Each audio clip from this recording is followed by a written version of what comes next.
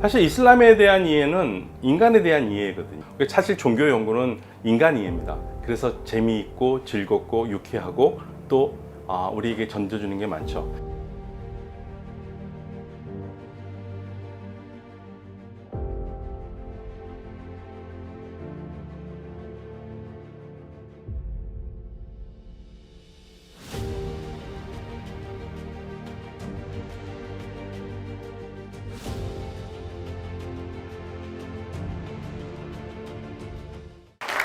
네, 안녕하십니까.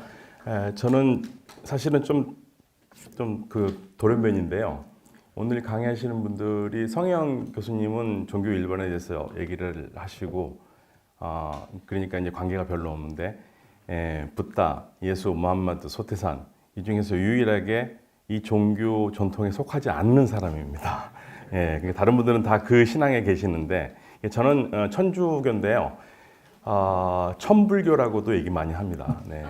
천주교 신자들 중에서 불교를 좋아하는 사람들 천불교라고 그러거든요. 그래서 오늘 이게 보니까 천불교 신자, 천주교에서 영세받고 자란 사람이 이슬람을 불교 신자분들에게 얘기를 하고 있습니다. 사실은 이게 별로 좋은 건 아니거든요. 한국 이슬람교에서 이제 한국 무슬림 학자들이 나와서 이거를 해야 되는데 그런 부분은 좀 아쉬운 부분들이 있고요. 몇 년 전에 그런 적이 있었습니다. 김희중 대주교님하고 중동을 같이 갈 때가 있었는데요. 그때 같이 가셨던 스님이 정각 스님이에요. 정각 스님 아시다시피 신학교 다니다가 스님 되신 분이잖아요. 천주교 신학교 다니시다가 신부길 가다가 이건 아닌가 배 하고 이제 불교 승려가 되신 분이고. 그런데 이제 그때 마침 세 명이 저는 천주교 신자지만 열심히 나가지 않아서 천주교 신자들이 가끔 하는 냉담자, 뭐 잠시 쉬는 신자 이런 거고, 옆에 있는 같이 갔던 스텝 한 분은 여성분인데 천주교 신자였다가 불교를 개종하신 분이고, 저희 한 스님은 신학교 다니시다가 스님이 되신 분이라서 그중에 수행하시던 한 분이 저희 셋을 딱 보더니 아이고 그분 천주교 신자거든요. 아이고 냉담자, 개종자, 배교자, 아이고 그런 적이 있었습니다. 근데 제가 이런 말씀을 드리는 이유는 한국 사회에서는 종교가 달라도 참 즐겁게 잘 지내요. 잘 지내고 가장 어린 종교가 좀 문제를 많이 일으켜서 좀 민망하긴 합니다만은 오늘 제가 말씀드릴 이 무함마드는요. 사실은 불교 신자분들께서 이야기는 좀 어려우실 것 같아요. 무함마드를 가장 잘 이해할 수 있는 사람은 이 이슬람을 제일 싫어하는 이 예수쟁이들입니다. 비슷하거든요. 비슷한 게 많고, 사실은 우리 한국에서 불자분들이 무슬림들을 이해하기가 좀 어려우시는 것처럼, 근데 사실 한국의 불자분들이 이슬람을 더 잘 이해를 하신다고 봅니다. 무슬림들은 불교에 대한 개념 자체가 없어요. 2009년에 우리 비구니 스님, 송탁 스님과 시리아를 간 적이 있었습니다.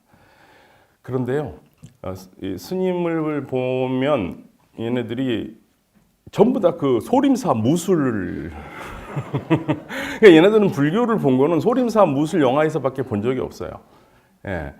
그리고 스님 비구니 스님이 머리를 깎는다는 건 여자가 머리를 깎는다는 건 상상을 못하기 때문에 공항에서 검색을 봤는데 자꾸만 남자 쪽으로 밀어붙여요. 그래서 제가 아니다, 이거 스님이시다 그러는데 얘네들 모르니까 계속 해가지고 제가 가서 설명을 하니까 그때서야 지네들도 막 웃는 게 태어나서 여자가 머리 깎은 걸 본 적이 없는 거죠. 그래서 불자에 대한 이해가 약하지만 오늘 우리가 이제 해야 될 것은 무함마드라는 사람에 대한 이야기를 하는데요. 사실 무함마드 얘기는 가장 핵심만 말씀을 드리려고 했어요. 왜냐하면 이 얘기를 잘 안 해요.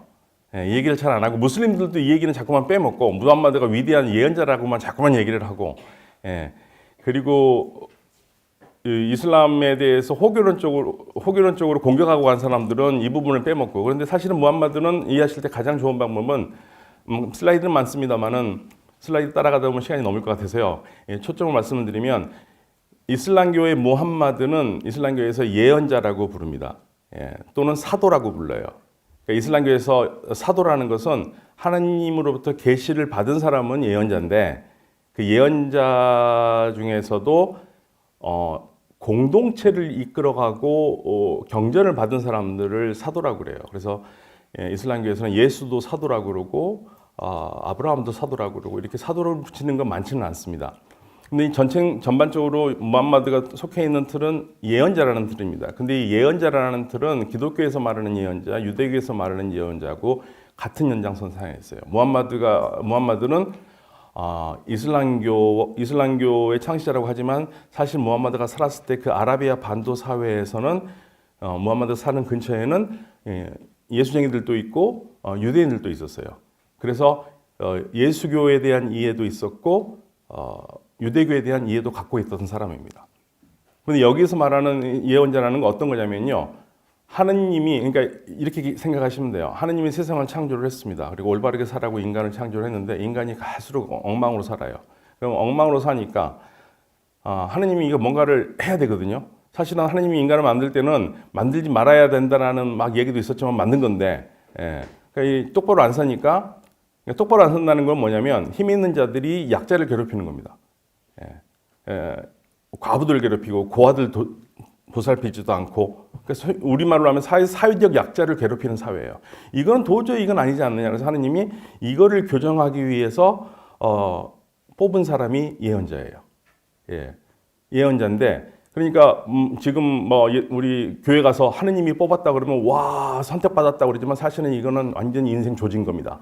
왜냐면요, 이거 멀쩡하게 잘 살다가 하느님한테 끌려가가지고 이 사람이 해야 될 말이 어마어마해요.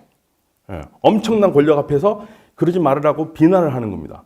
그러니까 강력한 독재 국가에서 의로운 언론인이 정의를 얘기를 하면 어떻게 되는지 아시잖아요. 죽거나 갇히거나예요. 딱 그겁니다. 그게 예언자입니다. 예언자들 치고 제대로 산 사람 하나도 없어요. 거의 제명에 못 죽어요.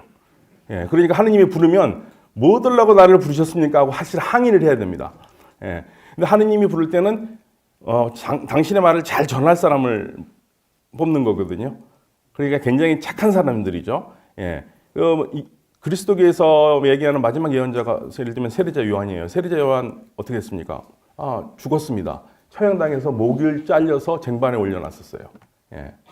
그러니까 이 예언자라는 삶은 굉장히 어려운 건데 이슬람에서 말하는 무함마드는 바로 그 예언자라고 합니다. 그러면 그 어떤 차이가 있느냐? 물론 무함마드가 예언자라는 것을 예수쟁이들이나 유다인들이 받아들이려고 하진 않죠. 그런데 이슬람교는 어떤 생각을 가지고 있냐면 하느님께서 제일 처음으로 뽑은 예언자가 최초의 인간 아담이다. 그래서 아담을 해서 올바르게 일을 가르쳐줬고, 그리고 어긋나니까 아브라함을 불러서 가르쳐주고, 그리고 어긋나니까 모세를 불러서 가르쳐주고, 어긋나니까 예수를 불러서 가르쳐주고, 그리고 어긋나니까 마지막으로 베이비 원모 타임 해가지고 부르는 게 무함마드예요. 그러니까 무함마드는 갑자기 부른 사람이 아닙니다. 이 유구한 전통에 있는 사람이고요. 하느님이 뽑은 예언자 전통의 마지막 예언자라고 합니다. 그러니까 이슬람교에서는 이단이 누구냐면 무함마드 예언자가 마지막인데 그 다음에 또 뭐가 나왔다고 하는 사람은 다 이단인 거죠.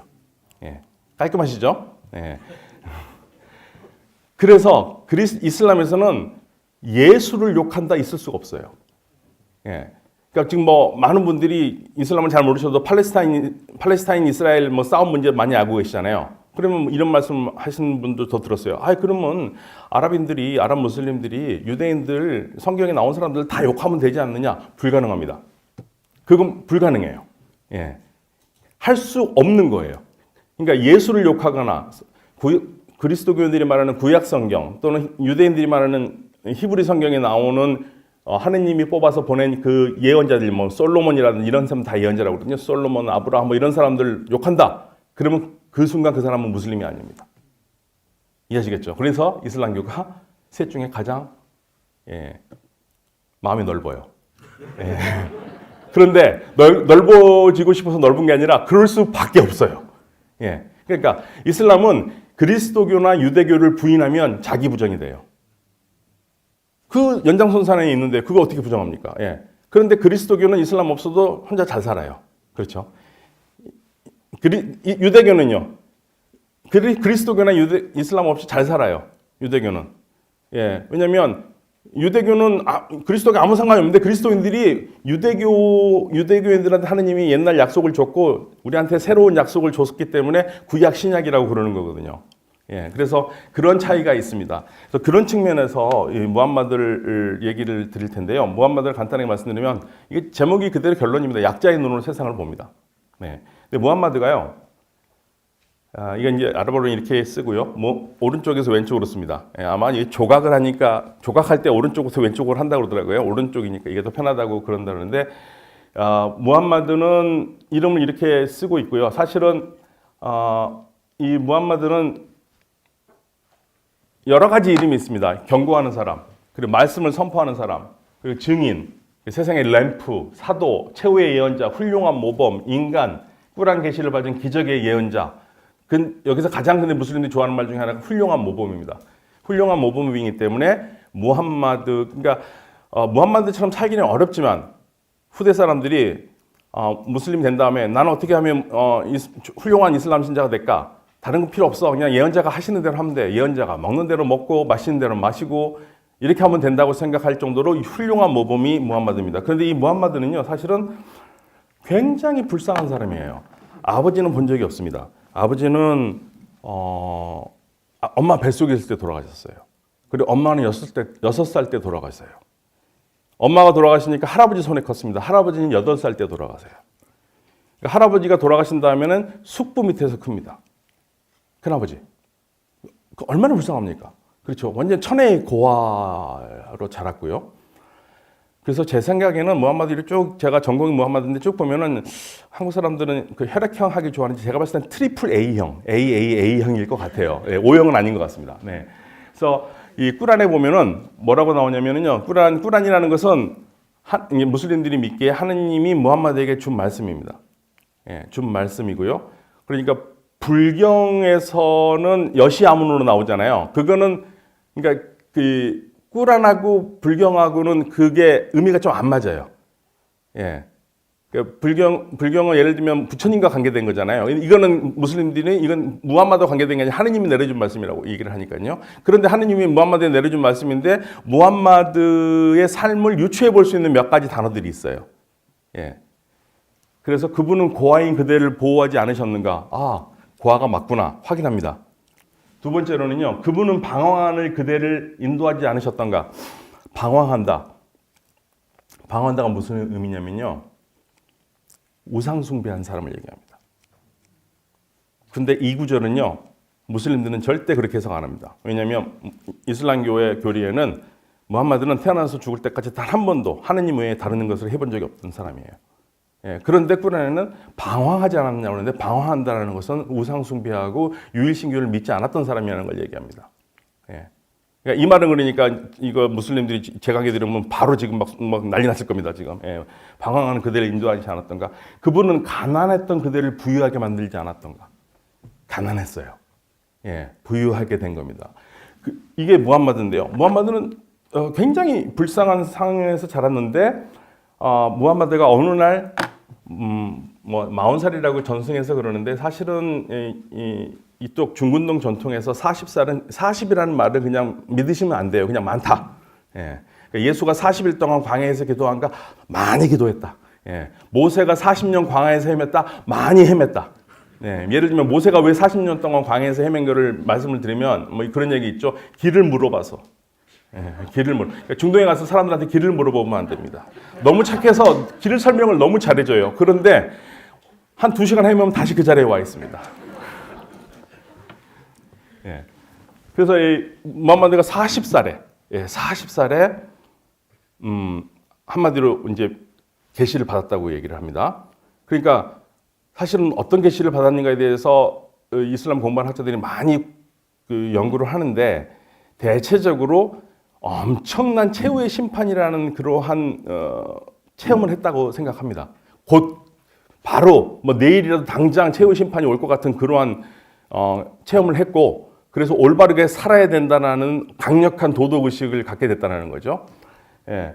그때 이제 무슬림들이 얘기하기에 가장 첫 번째 계시라고 그러는데 사실은 첫 번째라고 보기는 어렵지만 아무튼 따른다면은 하느님께서 인간에게 가르쳐주는 분이거든요. 지혜를 가르쳐주는 분이고, 그래서 이러한 계시를 받고 보시면 이것도 상상도입니다. 무함마드 얼굴의 상상도고요. 그러니까, 무함마드 얼굴이 그리네요. 네, 그립니다. 16세기까지는 그렸어요. 16세기 이후부터는 안 그립니다. 근데 저 얼굴도 진짜 얼굴인지 모르죠. 사진 없습니다. 이슬람이 있어도요.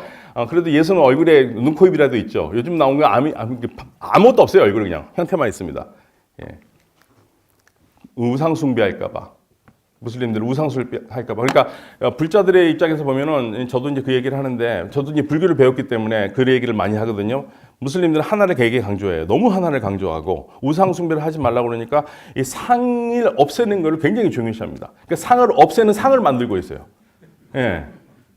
그게 어느 정도 심하냐면 1960년대 사우디아라비아에서 TV가 들어왔었을 때 TV 못 들어오게 그 데모했었습니다. TV에 사람이 나온 우상이라고. 그 정도로 우상 숭배라는 걸 하면서 하나를 강조하는데요. 이슬람에서 최초의 계시라고 얘기를 합니다. 그리고 이슬람교에서는 뭘 믿느냐? 알라를 믿는데, 알라는요 하느님이에요.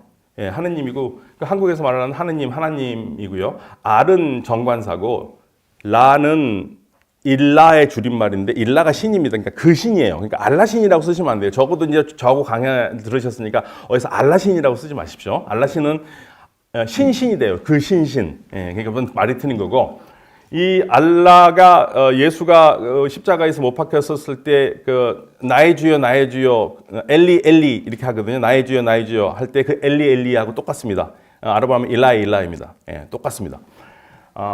알라 외에 신은 없고요. 알라 외에 신은 없고, 목의 동맥보다 더 인간에게 가까이 있는 분이고, 그리고 이제 이 그리스도교, 유대교, 이슬람교는 항상 중요한 게 자연과 역사와 경전에서 하느님의 존재를 확인한다고 그러는데, 다 좋은데 역사에서 이제 확인한다고 그러니까 이 불자들과는 달리 그리스도교, 유대인들, 무슬림들은 역사적 사실을 되게 중요하죠. 그러니까 사실은 부처님이 언제 태어났는지 안 태어났는지 그게 사실 중요하지 않잖아요. 그거 갖고 싸움만 하지 않지 않습니까? 그냥 그 가르쳐 주신 법이 중요한데, 여기서는 그 언제 어디 세뇌가 굉장히 중요해서 그게 안에 있는 신학자들과 밖에 있는 저 같은 학자들 간에 싸움이 되는 거예요. 그러니까 40살 있으면 40살이지. 그러면 저희는 그렇게 해석 안 하면은 왜 그렇게 해석 안 하느냐, 이런 식의 싸움이 되는 겁니다. 최후의 심판을 주재하는 분이고요. 알라라는 분은. 그런데 무함마드가 비난받은 건 몇 가지가 있습니다. 사람들이 이제 계시라고 갖고 왔는데, 사실은 무함마드가 그렇게 무슬림들의 얘기하는 거와는 달리 별 볼 일 없는 집안에서 나왔어요. 저 이거 방송 나가면 큰일 났는데. 그리고 그 당시 사람들은요, 사람들이 방황했어요. 즉 다신 숭배를 했습니다.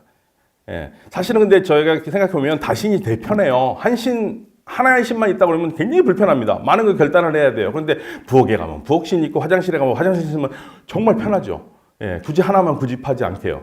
그러니까 굉장히 이 다신은 자연스러운 건데요. 그리고 무함마드가 살아 있었던 당시의 사람들은 혈연, 시족, 이 피가 중요합니다. 내가 누구 집 자식이냐가 중요하고, 공통의 조상이 누군지가 중요합니다. 이게 나를 모든 걸 가늠하고, 그 부족이 모든 걸 이 삶의 중심이에요. 제가 부족 밖에 있다라는 것은, 부족의 보호를 받지 못한다는 것은, 저는 죽어도 아무도 저를 보복 안 해준다는 얘기합니다. 그러니까 부족에서 쫓겨난 것은 얘는 죽여도 좋다라는 것과 똑같습니다. 왜냐하면 무함마드 살던 그 시대, 공동체에서는 왕이라는 게 없었거든요. 이게 부족 중심으로 살았고, 부족장들이 협의하면서 갔던 거고, 이게 부족이 가장 중요한 단위고요. 남성이 중요합니다.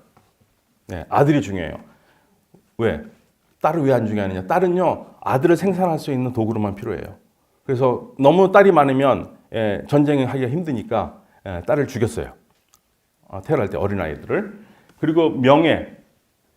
쉽게 말하면 이 명예가 중요해서 체면이 깎인 건 이건 삶의 죽음입니다. 그래서 굉장히 남성적인 걸 중요한 그런 사회에서 태어났는데, 무함마드가 얘기했던 것은 이런 사회에 대해서 여기서 강한 사람들이 있을 거 아닙니까? 힘이 있는 사람들이 약한 사람들 괴롭히는 것에 대해서, 그리고 부자가 가난한 사람들을 보다 더 잘 살고 돈을 하는 것에 대해서 경고를 합니다. 가난한 사람들을 힘들게 하지 말고, 권력 남용하지 말고, 좋아할 리가 없죠. 그러니까 무함마드가 굉장히 높은 지위에 있는 사람이 그렇게 했었으면은 뭐 들어줄만 한데 보니까 그런 것도 아닌데, 예, 그래서 가난한 자 돕고 부의 마음을 두지 말고 속이지 말라고 얘기를 합니다.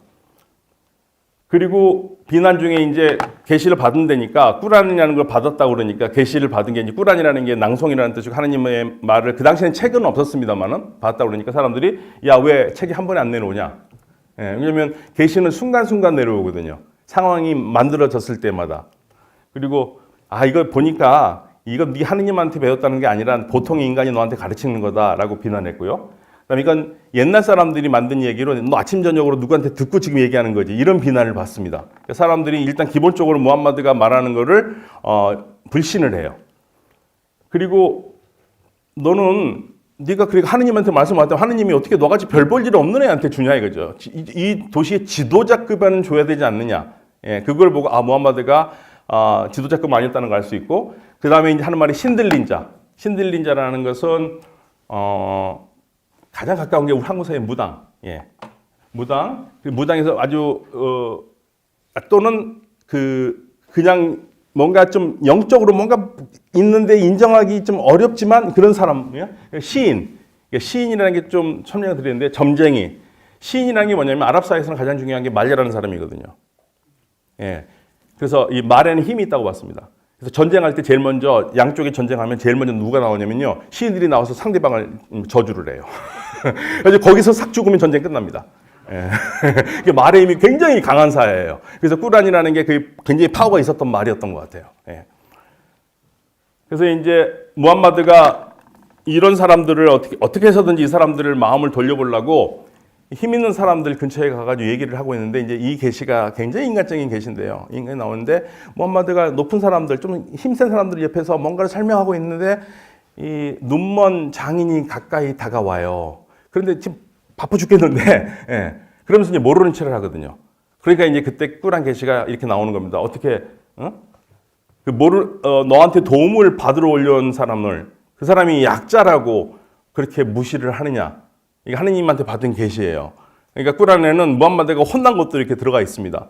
중요한 파트가 바로 이런 파트들입니다. 무함마드가 무엇을 꾸란에서 도대체 뭘 무함마드에 가르치려고 했냐 약자입니다. 그래서 이걸 봐서라도 이슬람의 전승은 유대교, 그리스도교에서 면면이 이어온 사회적 정의, 보통 그리스도교에서는 공의라고 하는데 하느님의 공적인 의로움을 드러내는데 핵심이 있는 거고 무함마드의 가르침의 가장 핵심은 바로 이 가난한 자, 약자에 대한 가난한 자, 약자에 대한 보호입니다.